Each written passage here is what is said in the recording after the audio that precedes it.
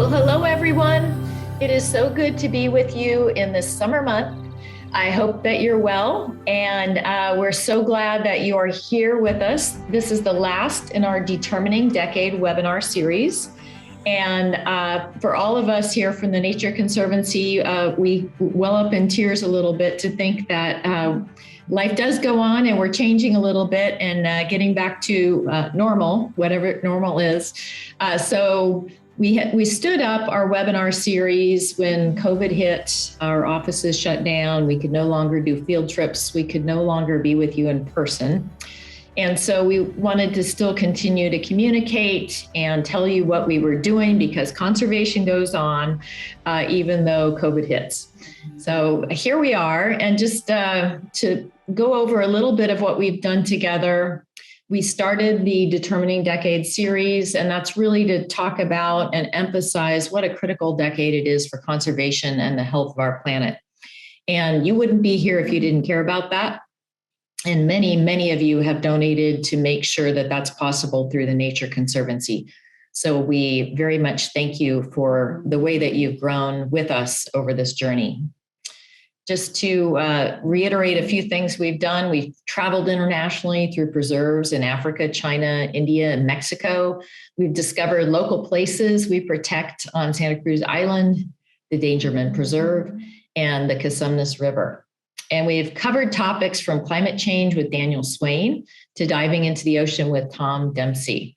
So together, we've really changed our understanding about how nature and people can work together in this changing climate. And today, we have the opportunity to meet a really expert and longtime conservationist leader with the Nature Conservancy's California chapter. Before we get to that, let me just introduce myself for those of you who don't know me. My name is Liz Harvey Roberts, and I am the Chief Development Officer here at the Nature Conservancy's California chapter. I've been with the organization almost 13 years now, loved every minute of it, and I still stick around because I am always growing, learning, and feeling that I can do my part to exert leadership to really help the health of our planet. And I know that that's why you're here too. We all want to be a part of change and be a part of healthy growing and learning and adapting for our climate and our planet. So with that, before we get to introducing our speaker, I want to stand up a poll. And you may think, what does this have to do with cities? But let's put the poll up. So how large is the territory of one mountain lion? Give you a few seconds to put your answer in. Okay, well, I think that we're ready for the answer. And can we share those? Great. Okay, so we're all over the map. We think that 20 miles is not enough, and that's true. So it's kind of a trick question, but it's so everybody but the people that put 20 miles are right. So it depends whether you're a male or female. Males like to roam a little bit more, and females are a little bit more home-based, but it's 60 and 100 miles. It's a long way, and it's definitely a long way when you're trying to navigate a city landscape or something near a city landscape. So that's what we're going to learn about today, not just mountain lions, but all kinds of issues about nature and cities really thriving together. So let me introduce Laura Crane, a longtime conservation leader with the Nature Conservancy and the director of our cities program. So let me also say before we get started, we definitely welcome your questions and thoughts. We would love for you to put them in our Q&A function, so that is available to you. And also you can chat them in, though it's a little bit easier for me if you put them in the Q&A.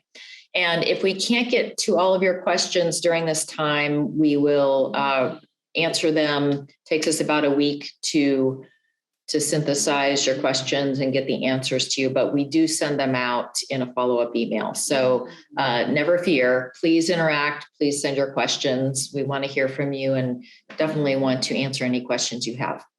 So with that, we're going to turn it over to Laura Crane. Thank you, Liz. Hi, everyone.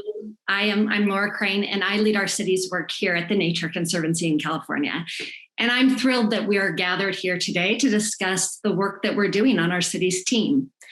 First, I want to define for you what our city's work is all about, or perhaps redefine your notions about it, because it's far more than the name implies. When I pull way out from the conservation challenges that we focus on every day, the big problem I see, the one we ultimately need to solve, might surprise you. I think that the ultimate problem that we're solving is reclaiming the truth that Indigenous people know so well, that we are not separate from nature. We are part of nature. And our fate and the fate of all species on this planet is inextricable from the fate of nature. Many Indigenous people have no word for nature or for wilderness, because that implies that those things are like out there somewhere, as if nature is a different world than the one we live in. And this separation has allowed a dangerous and frightening idea to bloom. The idea that we can prosper while nature suffers, or that we can live while our planet dies. Instead, we need to ensure that the way that we build and design our cities is done in harmony with nature. And this is the work of the city's program.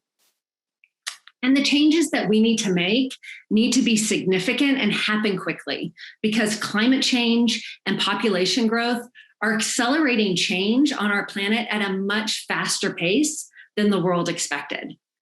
California is experiencing many of the challenges associated with climate change and population growth. It's also an epicenter of scientific, technological, and systemic innovation that we need to solve these problems locally so that we can help solve them globally. So today I'm going to talk about two big challenges that need to be addressed globally. The first is climate change resulting from our carbon footprint, and the second is habitat loss and fragmentation from expanding cities. And I'm going to ask you to stick with me through some difficult facts. The truth isn't easy, but we need to be honest both about the state of nature and the size of the problems, and our ability to solve them. And I really do believe we can solve them. So the first challenge that I'm going to talk about is climate change, resulting from the massive carbon footprint humans are making on Earth. We're all feeling the impacts of climate change. We're experiencing this firsthand in California, for example, with wildfires. It's not just the number of fires or the acreage that they destroy. It's the fact that the nature of fires themselves have changed. So the mega fires of today are very different from the fires of California's past. They're whipped by hotter temperatures and drier landscapes. And so these mega fires burn hotter and they burn faster. They even create their own weather and can destroy everything in their path. During last year's wildfire season, just about every Californian was impacted one way or another. And I'm sure if you were here in California at the time, you probably have a story, your own story about it. Maybe you experienced this apocalyptic orange sky that we're looking at here in the Bay Area at noon. Drought, heat waves, and mega fires have all been amplified due to climate change, leaving few areas across the globe unscathed. And you've seen the headlines about global carbon dioxide emissions. According to the Intergovernmental Panel on Climate Change, we need to reduce emissions by 45% by 2030 in order to stop global temperatures from rising more than 2.7 degrees Fahrenheit, which is a critical marker for our future. Currently, we're on track to reduce emissions by only 1% by 2030. That is a massive gap. And whether we deal with this gap and how we deal with this gap will have a profound impact on our future. So I want to just take a moment to acknowledge how daunting that gap may feel, because I know it does for me.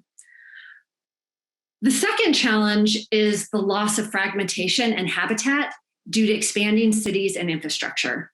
I want you to think about this statistic deeply.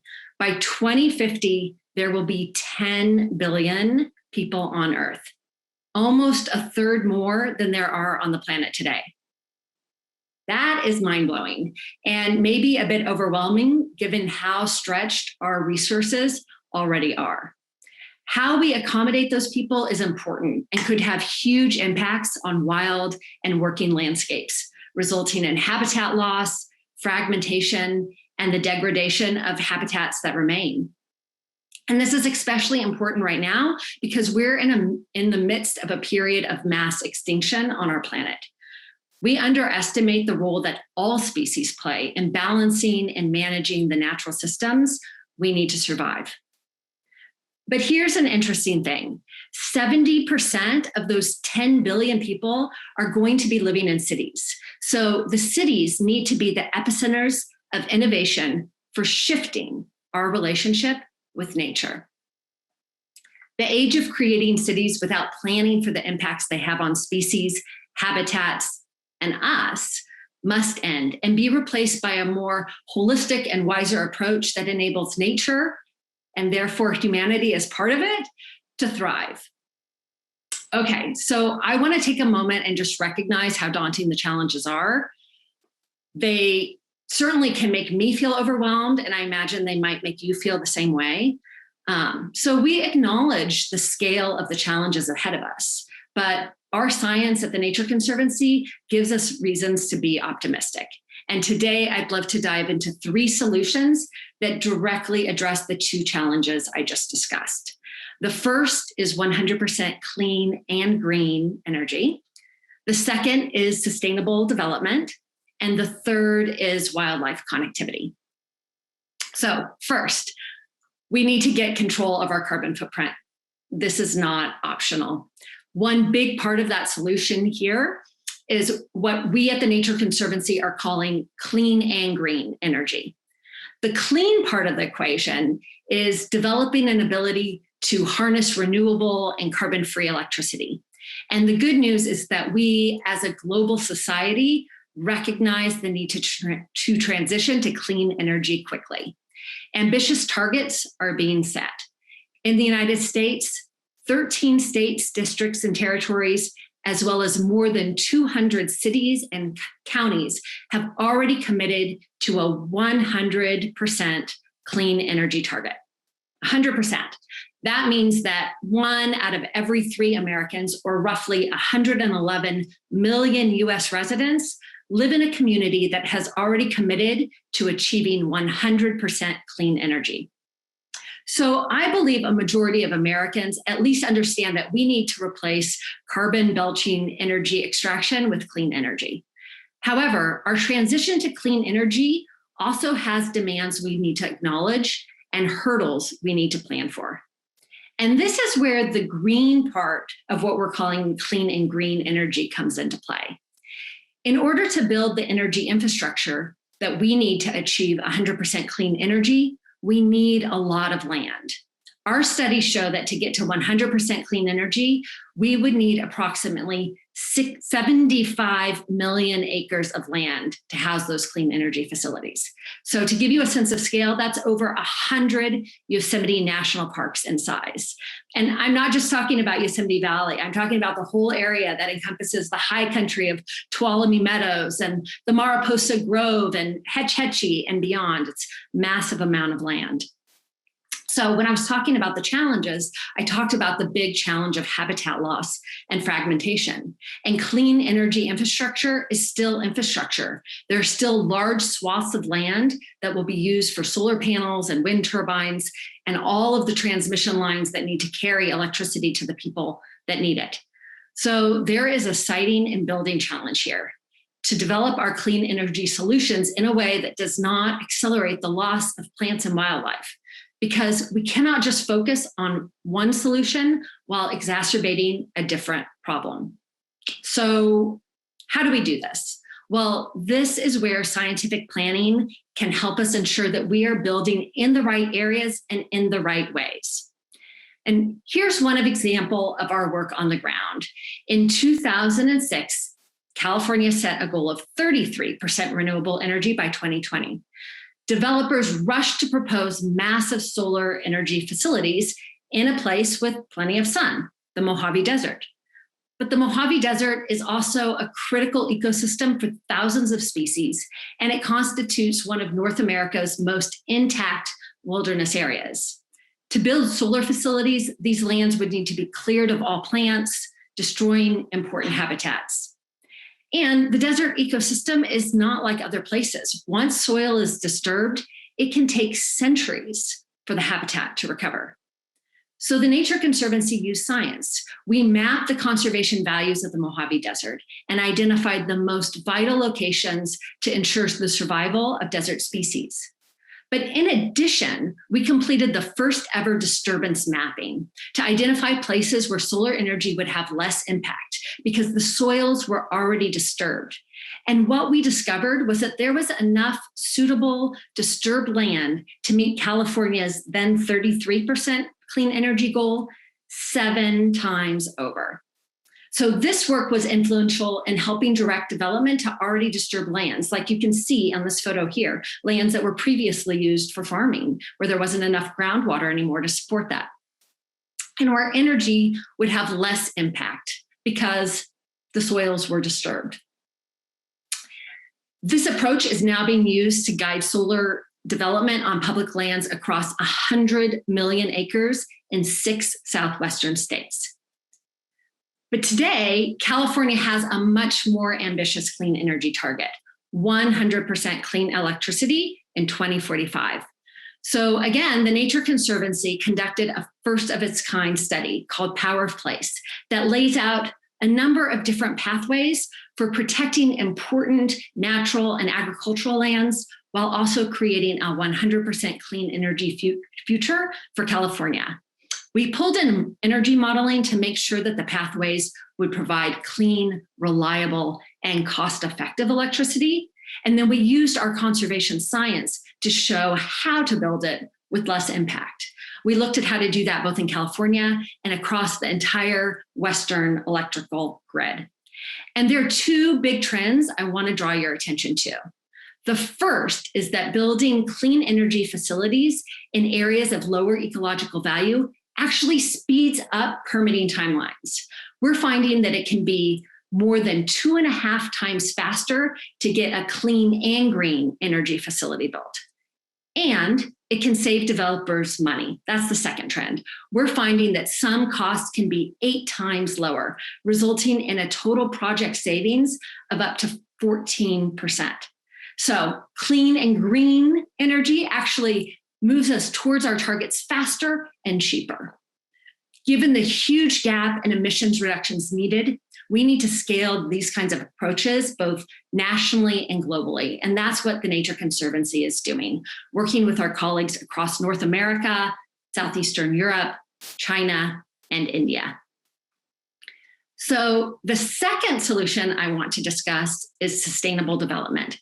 Historically, we as a society have built and designed our cities basically with a conquering mindset, this self-destructive belief that nature is expendable and wild, something that we need to conquer in order to make space for our own advances.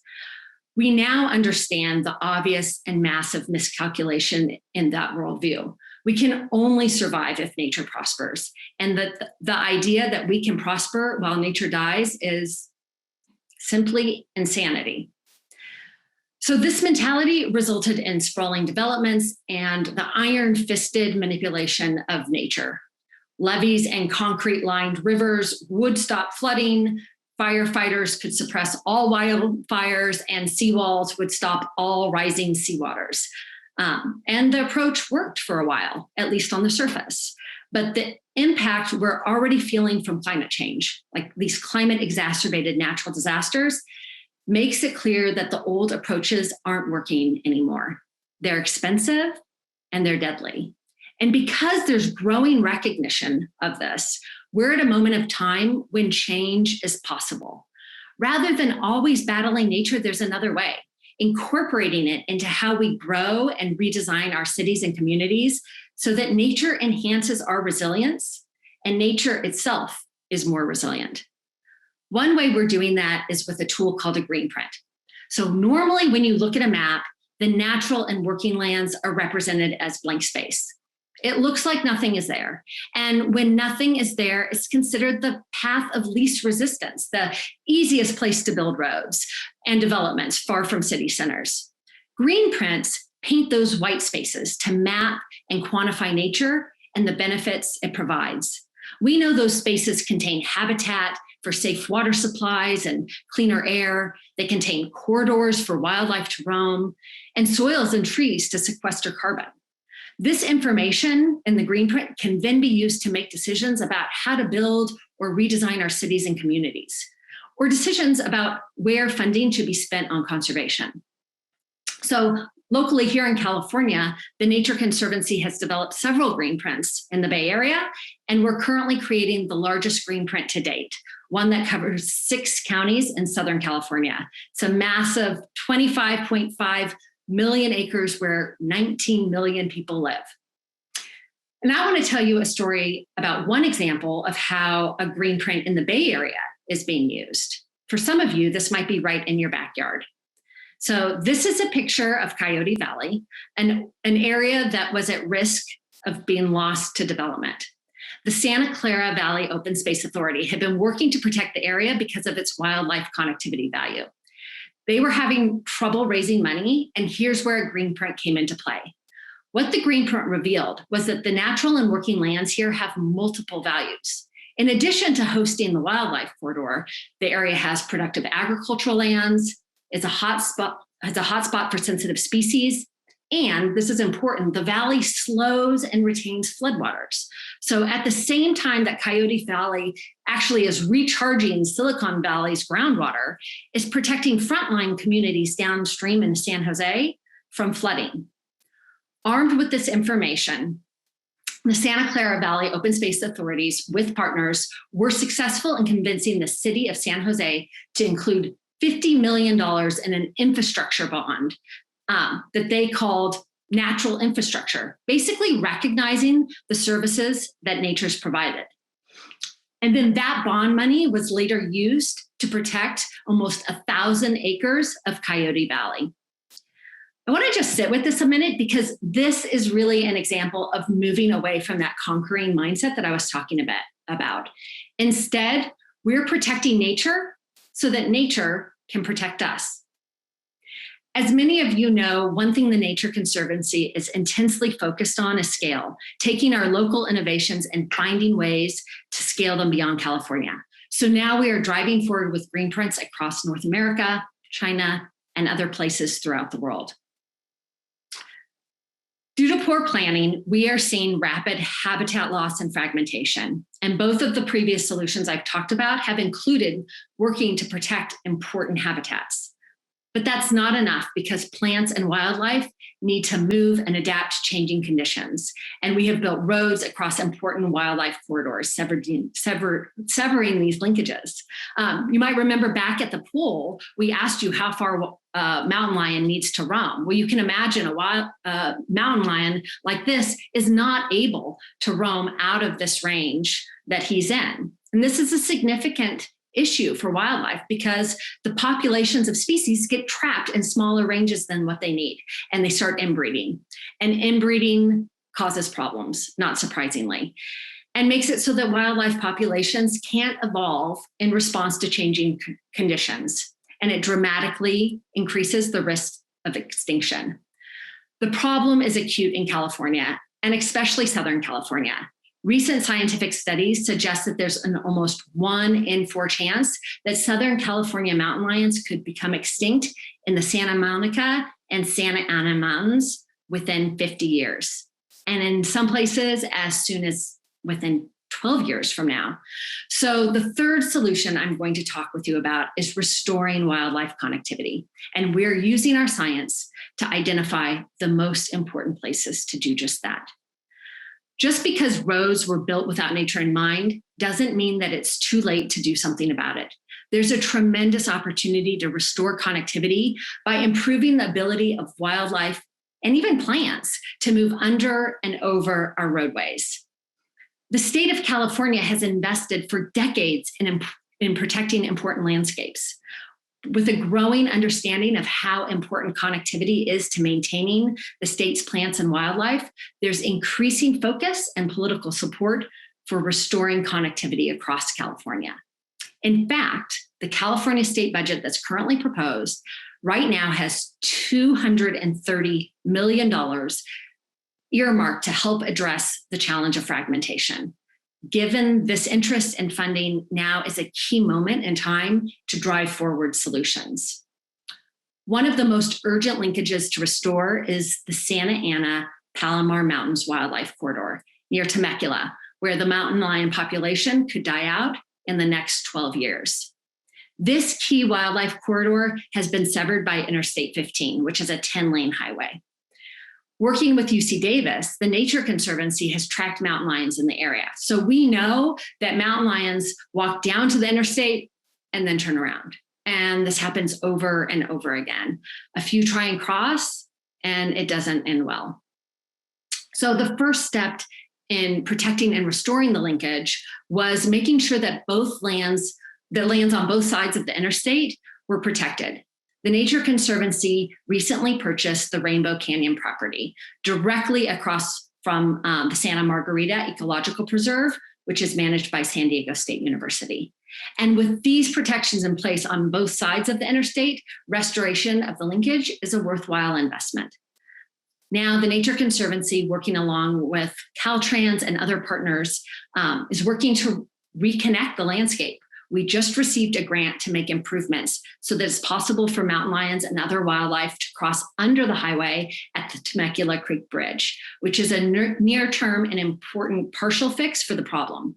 We're also working to get in place another crossing at our Rainbow Canyon property. But restoring connectivity takes significant resources, money, and partnerships to make it happen.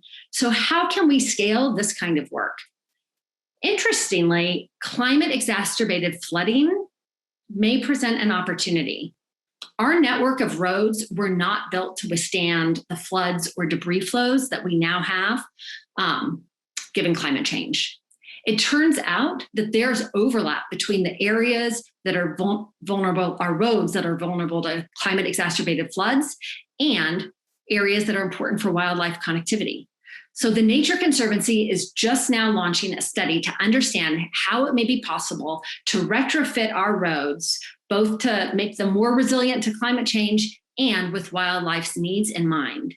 If we're going to invest in preparing our road system for the future, our hypothesis is that by integrating nature into the thinking upfront, we can also create a system of connected wildlife linkages for the future at the same time. We're going into the study with a recognition that California's roads are not the only ones vulnerable to impacts from climate change, and they are not the only roads severing wildlife corridors. So we're doing the study with the intent of sharing our approach and what we learn. And this is an example of an opportunity to put nature back into the dialogue of development. Now, I know that the challenges are big.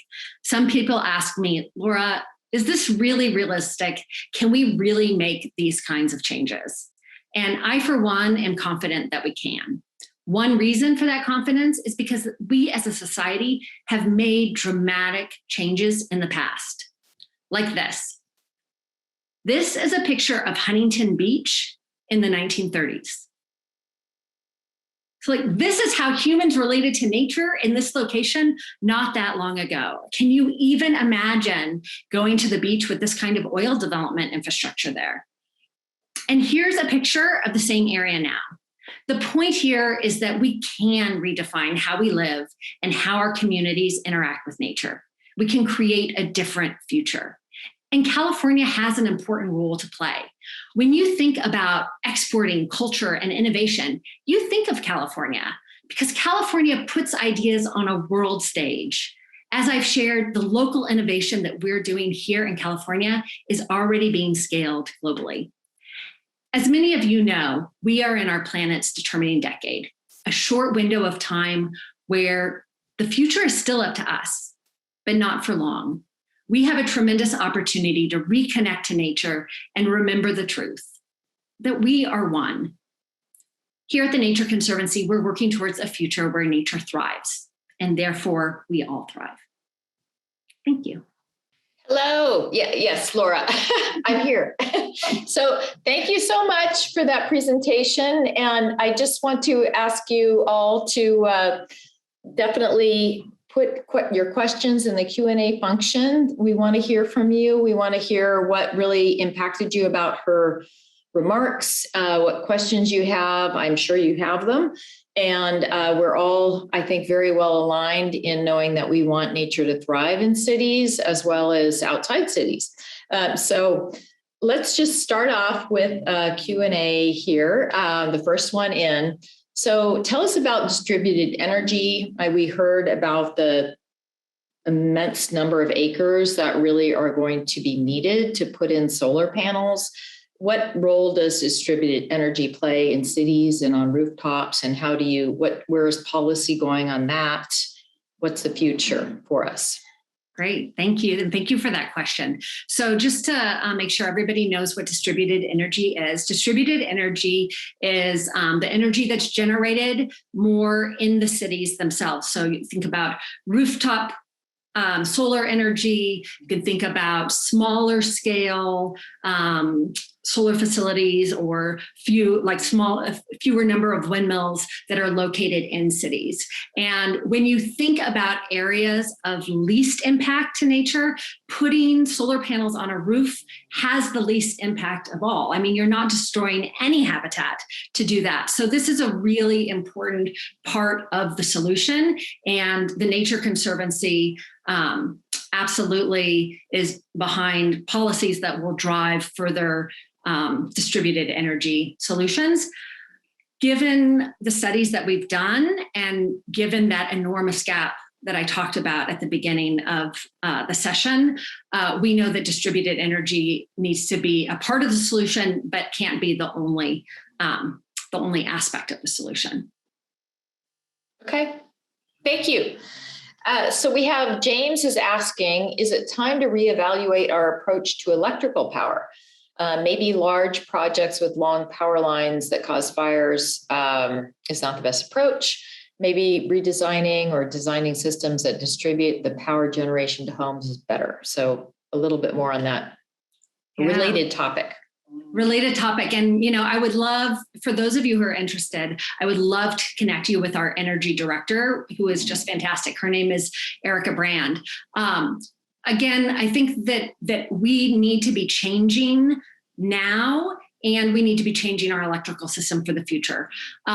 So the way that we have been at the Nature Conservancy thinking about that is how to move forward with these massive solar and wind facilities that we know need to be part of the solution in a way that has less impact as we as a society create the innovation to transition to different ways of doing things. So I'll leave it at there, and I invite anyone who wants to really get into the details to reach out further, and we'll connect you with Erica. Thank you. That'd be awesome.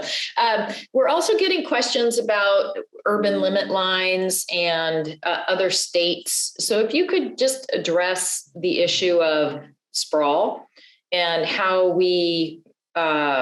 what you foresee in terms of people's desire for kind of a large expansive home, really wanting to spread out. It's a cultural kind of norm or value that we have versus the urban limit lines and really trying to densify housing. So what's our position as the Nature Conservancy? What are you seeing in the industry speak around that issue? Mm-hmm. Well, I think as everyone in California knows, we're in a housing crisis, right? We need more homes, and the housing prices and the housing availability show that we're in a housing crisis. So it's really important to think about how to meet those needs in ways that meet the demands of people, but also that keep people safe and that can protect nature to the degree possible. And I think that the wildfires that we're experiencing really bring attention to how unsustainable it is to keep expanding into these really high fire risk areas. What we're seeing is that we're building homes, we're meeting the demand in places that get fires over and over again. And so that doesn't actually help the problem in the long term. So we are working at the intersection of wildfires and nature and housing, and how can we address these challenges in ways that really protect nature and meet the housing demand. And we think that certainly having some growth limits really helps. The more we sprawl into these high fire risk areas, the more people are moving directly into harm's way. A lot of people are already in harm's way. So there needs to be a combination of approaches, home hardening. We've been looking into how nature buffers can help reduce the risk of wildfires. And in some ecosystems, like in forested ecosystems, we're getting a lot of information and data that shows that it can, and it actually may be able to help people in those communities have home insurance if there's a buffer around the community that's managed for fire risk reduction. In other places in the state, it doesn't work as well. So it's probably going to need to be regional approaches, and these urban growth limits can really play a part in making sure that we're growing in ways that both protect nature and keep people out of harm's way. Thank you, Laura. And I know I'm appreciative here in Danville of our urban limit lines. And of course, they're always being tested with different housing developments, but it has definitely helped us in creating those nature spaces and then those urbanization spaces. Okay, so Peter's asking, what role, if any, should wave power play? I think on the East Coast, as far as I know, it's much more prevalent. Maybe what's happening in the West Coast, and then just in general, how does it fit in with the mix of clean and green? Mm-hmm. I think in the West Coast, there's much more focus on offshore wind.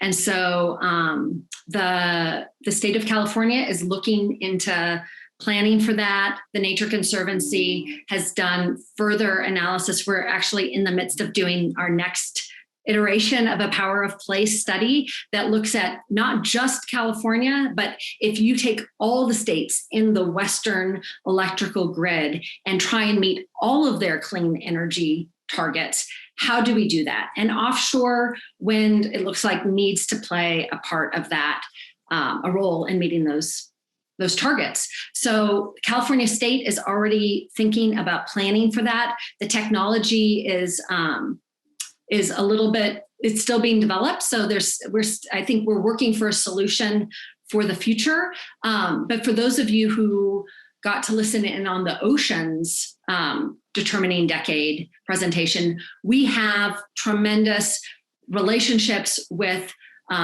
people in the fishing industry. We know the conservation values. And so I think there's a real role for the Nature Conservancy in helping to think about where are places that have lower impact offshore as well from a conservation perspective, and bringing in partners that are thinking about fishing and other values. Thank you. As a follow-up, Amra's asking, can you comment on the issues of water access and development in California, and more broadly, the Western drought states? So I know that this is not necessarily your expertise, but if you could just comment as far as you know about access to the ocean and issues about droughts. Yeah. Sure. I mean, I guess that I would say that maybe what I would talk about from the city's perspective, and there's a lot of work that we're doing in California on this, is in Los Angeles. And Los Angeles has a problem with its stormwater, which is basically the water that when it rains, goes over the streets, gets polluted, goes into like the Los Angeles River and goes right out into the ocean, and it pollutes the beaches. That's when we get the, if you look at the report cards, all the beaches go to F, you don't want to get in the water at that point. And so one of the things that the Nature Conservancy has been doing is working to bring vegetative natural solutions to that. And what that means is instead of building gray infrastructure, we are using nature to slow down the water and let it infiltrate into the ground. cleans it as it infiltrates to the groundwater, and so less water gets rushed out to the ocean, and more of it stays in Los Angeles and increases the water supply that Los Angeles can use to deal with things like drought. So that's one example of how the city's program is working on that very real issue of drought in the West, in cities. Yeah. Okay, thank you. That's great. So Bill is asking, the goal of 33% clean energy by 2020 was mentioned. Was it achieved? So how is that the proportion of electricity on the grid above the level for only a few hours per day? So there's another question also in this Q&A about just like, how do you deal with that issue of it's available now, but how do you store it for later when the sun is not up, et cetera? So reliability of solar, I think, is part of this. What's the future there? Mm-hmm. Okay. So yes, the target was met, and it was actually met a couple of years early. And it was part of what made California confident that they could really become more ambitious with the clean energy target. And you're right. I mean, we only get solar energy when the sun is shining. And so that's why when we think about solutions, we're not just thinking about California, we think about that whole electrical Western grid, because when the sun isn't shining here, the wind might be blowing in Wyoming, or the sun might be shining in Phoenix. And so part of the solution is having a network, an electrical grid that all works together so that people get the energy, the electricity, the clean electricity when they need it. Storage is another part of the solution. And so there are technologies that are being tested and tried that find ways to store the energy so that you can create electricity later. So for example, with solar energy, the heat that is created from solar energy can be stored in salt. And then that can be used later to create steam and run turbines and create electricity, so that then we can have electricity even when the sun's not shining. And obviously the batteries are an important part of the storage solution. And there's big advancements in the battery storage technologies as well. Excellent. Exciting. Okay, so we have another question from Rich. Talk about the soils in the desert. You mentioned that it's very hard to replenish them once they're disturbed. Is that about topsoil? Is it more complicated than that? What's so delicate about the desert? Sure.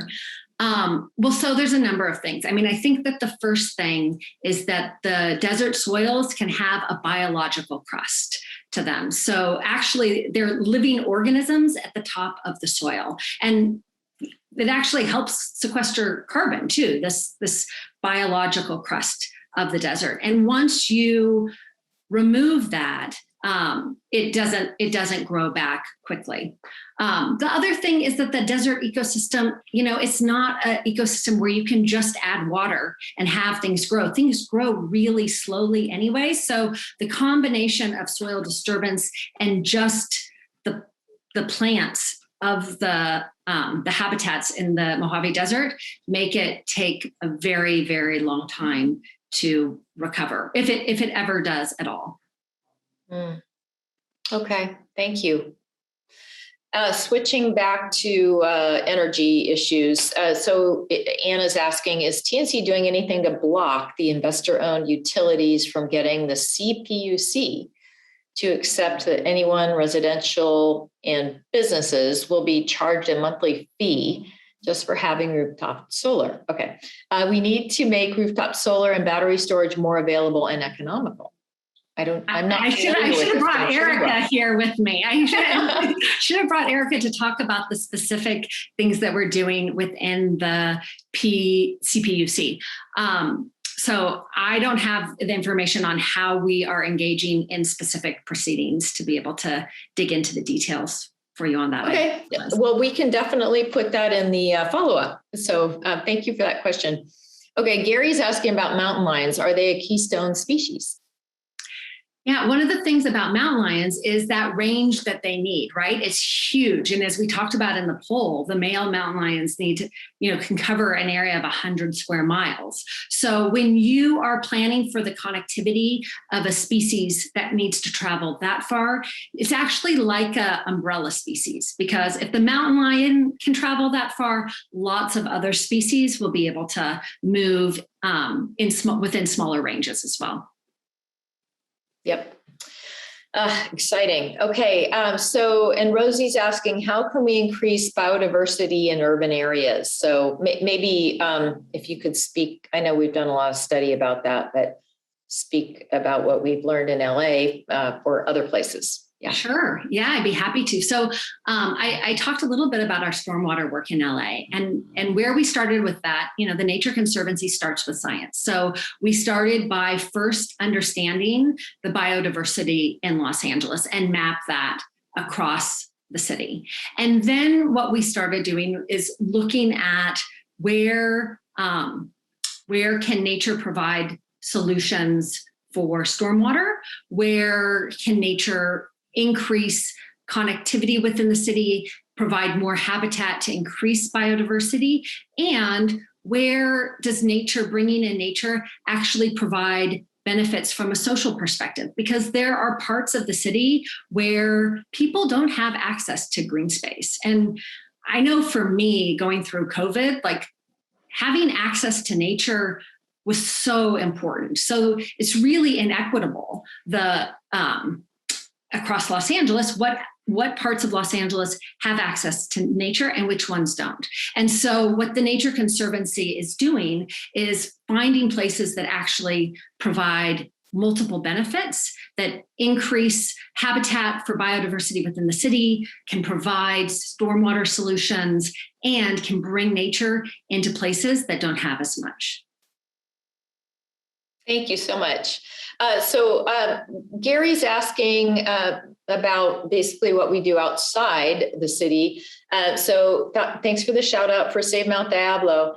He's saying, so I support Save Mount Diablo, where we purchase as much land around Mount Diablo as possible to protect us from development.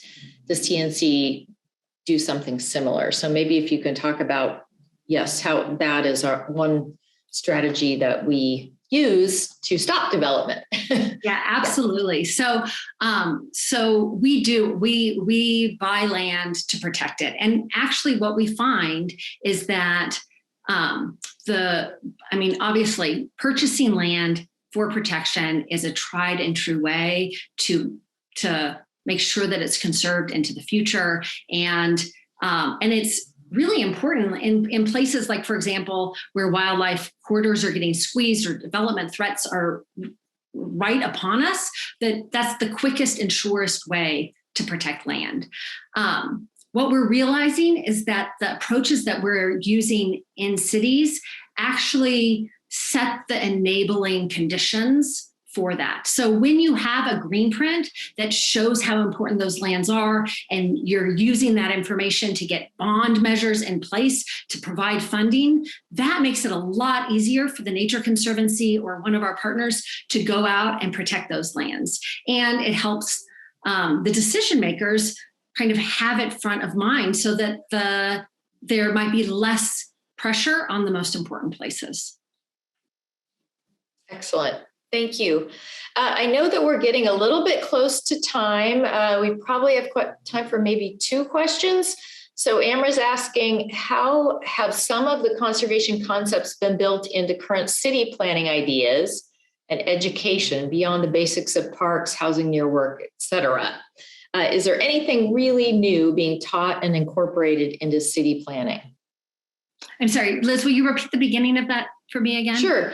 So how have some of the conservation concepts been built into current city planning ideas and education beyond the basics of let's have a park, let's have a housing plan, housing near work, a transportation hub. So maybe some of the newer innovations. Thank you for repeating that. I want to tell you about one of the things that we've been doing in the Cities program, which I find really exciting. So planners use models to think about how much will it cost the city if we build this development here? What services do we have to provide? And they do all of these trade-offs of like the costs and the benefits, and think about it in economic terms of should they put a development in a certain place. But the models that they use didn't have a section that really brought in nature and quantified the benefits that nature's providing and what could be lost if you put something there, and what services then you'd have to add on to make up for what you were losing. So the Nature Conservancy worked to actually add a module into the software that city planners use in evaluating projects. We call it the conservation module because it is the module in the software that really brings in and quantifies the benefits of nature and puts it right up front alongside all the other costs and benefits that planners think about. What a profession. Thank you. That sounds really exciting. The name of the software is Urban Footprint. And so we've done, I saw that question in the chat. Awesome. All right. So I think probably one more question.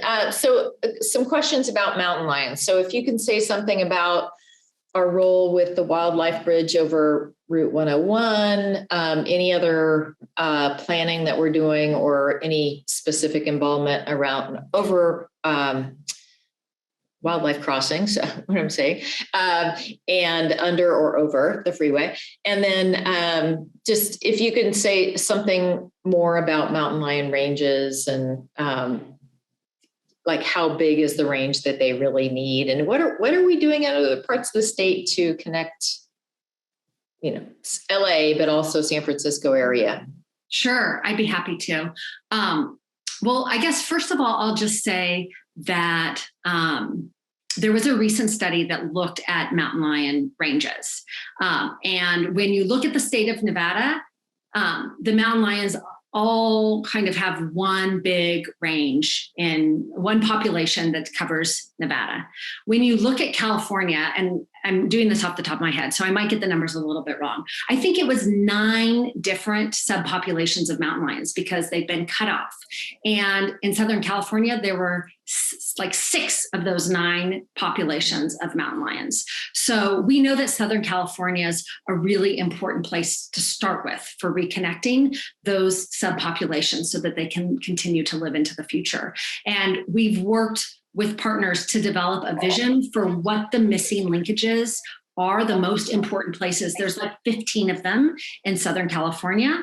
And we've been working on this for about 20 years. I mean, like in mapping them and trying to move forward. We're now working in collaboration with partners on a number of the most critical ones. There's some out in the desert. Certainly you all have heard about the one over Highway 101, Liberty Canyon. And so we're working to first advance the policy and to get the funding in the budget to help drive forward a big vision across Southern California and then for all of California for reconnecting these habitats. And then we're working with partners to figure out how can we do it as cost efficiently as we can, to recognizing that resources are limited. And that was the reason why we started looking into how do we actually incorporate this thinking as we build new, like we have to retrofit our roads. Thank you so much. There's nothing more encouraging, I don't know, for me to think about like these big species being successful here in California when we know that there's so many pressures on them. And it excites me as an employee of the Nature Conservancy to think that we are out there advocating on behalf of the mountain lion and as an umbrella species and all the little creatures underneath the umbrella. So I just want to say thank you so much. I know we're getting to time and we need to conclude, but thanks to everybody for being with us and really so caring about nature, caring about the Nature Conservancy and what we're doing. And for Laura, your longtime conservation dedication and leadership, we so appreciate it. So we will get to the questions that you asked. If we didn't get to them during the session, we'll do it in writing. We'll share those answers with everyone. And then you can, to the degree you have time and interest, go through those. And please, we want to be in conversation with you. We want to hear from you. You're welcome to email me. You're welcome to email Laura, and and let us know what you think about how you'd like to interact in the future, because I think that all our feedback says that people are kind of zoomed out for a while, and we want to know if that's really true for you, or if you've been appreciating these and have other ideas for topics that you'd really like to hear about. So thanks to everybody for sharing how your city's been greening. We heard a lot of different, or read a lot of different ideas and strategies that are taking place. And again, just thank you for being with us and for all that you do for nature and the Nature Conservancy. And with that, we will say goodbye. So have a great day.